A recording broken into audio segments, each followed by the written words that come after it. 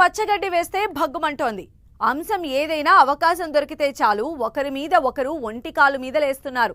పైగా ఇప్పుడు కుర్చీలు బల్లల పంచాయతీ సీను మార్చేస్తోంది. వచ్చి తీసుకుపోండని వాళ్ళు, దొంగ నాటకాలు వద్దని వీళ్ళు ఒకరికి ఒకరు ఇచ్చి పడేసుకుంటున్నారు. కోడెల శివప్రసాద్ విషయంలో ఏం చేశారో మర్చిపోయారా? ఇప్పుడు నీతులు చెబుతున్నారంటూ వైసీపీని ఏకిపారేస్తోంది టీడీపీ. వైసీపీ మాత్రం వరుసపెట్టి లేఖలు రాస్తూ వస్తోంది. దాంతో ఏపీలో ఫర్నిచర్ పంచాయతీ పీక్ లెవెల్కు చేరుకుంది. అసలేంటి కుర్చీలు బల్లల పంచాయతీ? వైసీపీ వాదనేంటి? టీడీపీ అటాక్లో లాజిక్ ఉందా? ఏపీ పాలిటిక్స్ లో ఆసక్తికరంగా ఫర్నిచర్ గొడవ. తీసుకెళ్లండని వైసీపీ, ప్రజాధనం వృధా చేశారని టీడీపీ. వరుసపెట్టి వైసీపీ లేఖలు, ట్వీట్లతో హీట్ పెంచుతోన్న టీడీపీ.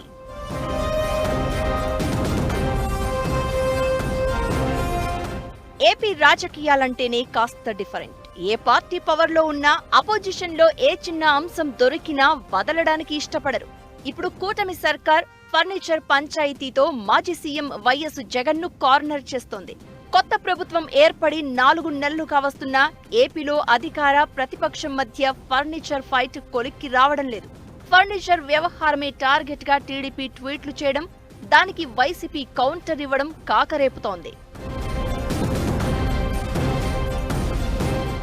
మాజీ సీఎం జగన్ క్యాంప్ ఆఫీసులోని ఫర్నిచర్ ఇష్యూ రచ్చకు దారితీసింది. జగన్ క్యాంప్ ఆఫీసులోని ఫర్నిచర్ టార్గెట్ గా టీడీపీ చేస్తున్న ట్వీట్లు కాకరేపుతున్నాయి. లక్షల కోట్ల ప్రజాధనాన్ని కొల్లగొట్టిన జగన్ కి ప్రజల సొమ్ము మీద మోజు తీరలేదంటూ అటాక్ స్టార్ట్ చేసింది టీడీపీ.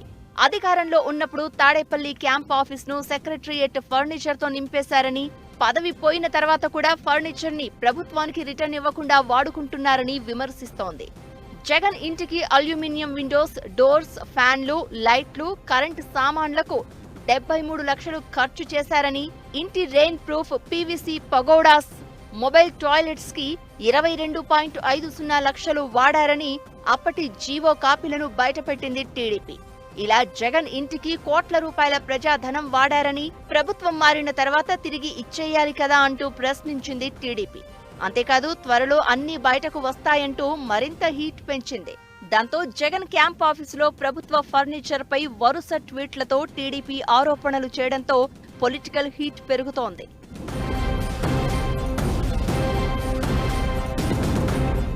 ఇక టీడీపీ ట్వీట్లు, ఆరోపణలపై వైసీపీ అంతే స్థాయిలో రియాక్ట్ అవుతోంది. టీడీపీ ట్వీట్లకు వివరణ ఇస్తూ కౌంటర్ ఇచ్చే ప్రయత్నం చేస్తోంది. జగన్ క్యాంప్ కార్యాలయంలోని ఫర్నిచర్ పై తప్పుడు ఆరోపణలు చేస్తున్నారని అంటోంది వైసీపీ. టీడీపీ ట్వీట్లు, వైసీపీ నేతల ప్రెస్ మీట్లు ఆసక్తికరంగా మారాయి. సీఎం హోదాలో జగన్ క్యాంప్ కార్యాలయంలో పరిపాలనకు అవసరమైన సౌకర్యాలను గత ప్రభుత్వం ఏర్పాటు చేసిందని, సీఎంగా ఎవరు ఉన్నా క్యాంప్ ఆఫీసులకు తగిన సౌకర్యాలు ఏర్పాటు చేయడం సర్వసాధారణమంటోంది వైసీపీ. అయితే ఏ వస్తువులను జగన్ క్యాంప్ కార్యాలయంలో ఏర్పాటు చేశారో ప్రభుత్వం మారాక అధికారులకు వివరాలు సమర్పించినట్లు చెప్తున్నారు వైసీపీ లీడర్లు. వెసులుబాటు ఇస్తే ప్రభుత్వ ఉత్తర్వుల ప్రకారం ఏర్పాటు చేసిన ఫర్నిచర్ ను విలువ కట్టి ఎంత తిరిగి చెల్లించాలో చెప్తే అంత చెల్లిస్తామని ప్రభుత్వ అధికారులను కోరామన్నారు. కానీ ప్రభుత్వం వైపు నుంచి సమాధానం రావడం లేదంటున్నారు. తాడేపల్లిలోని జగన్ క్యాంపు కార్యాలయంలో ప్రభుత్వ ఫర్నిచర్ ఇప్పటికీ అక్కడే ఉండిపోయింది. ప్రభుత్వం స్వాధీనం చేసుకోలేదు. వైసీపీ నేతలు ప్రభుత్వానికి అప్పగించలేదు. ప్రస్తుతం క్యాంప్ ఆఫీసును వైసీపీ రాష్ట్ర కార్యాలయంగా మార్చారు. దీంతో ప్రభుత్వ ఫర్నిచర్ తీసుకువెళ్లాలని జీఏడీకి వైసీపీ పలుమార్లు లేఖ రాసింది. అయితే అధికారుల నుంచి ఎలాంటి స్పందన రాలేదని వైసీపీ చెబుతోంది. ఫర్నిచర్ ను వెంటనే తీసుకెళ్లాలి అని మరోసారి లేఖ రాశామని చెప్తున్నారు ఫ్యాన్ పార్టీ లీడర్లు. ఎక్కడికి పంపమంటే అక్కడికి పంపిస్తామని, తీసుకెళ్లడం ఇష్టం లేకపోతే ఖరీదు చెబితే చెల్లిస్తామని లేఖలో తెలిపారు. త్వరగా సమాధానం చెప్పాలని జీఏడీని కోరారు. ఇప్పటికే 4 సార్లు లేఖ రాశామని, కేవలం వైసీపీపై నింద మోపడానికే స్పందించడం లేదంటోంది వైసీపీ.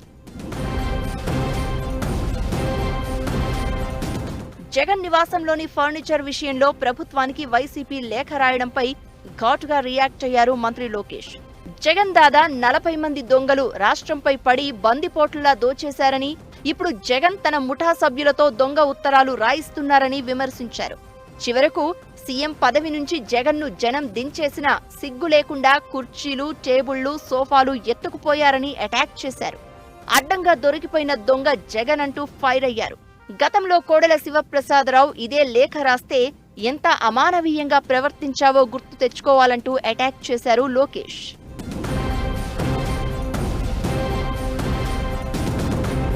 టీడీపీ హయాంలో స్పీకర్గా పనిచేసిన కోడెల శివప్రసాదరావు ప్రభుత్వ సొమ్ముతో కొన్న ఫర్నిచర్ వాడారు అని అప్పట్లో వైసీపీ ఆరోపించింది. ఆ ఫర్నిచర్ తీసుకెళ్లాలి అని కోడెల శివప్రసాద్ కూడా ఇప్పుడు వైసీపీలాగే లేఖ ప్రభుత్వానికి రాశారు. కానీ అతని మీద కేసులు పెట్టి వేధించారని, అందుకే ఆత్మహత్య చేసుకున్నారు అన్న ప్రచారం జరిగింది. ఇప్పుడు టీడీపీ అదే విషయాన్ని గుర్తు చేస్తూ వైసీపీ మీద అటాక్ చేస్తోంది.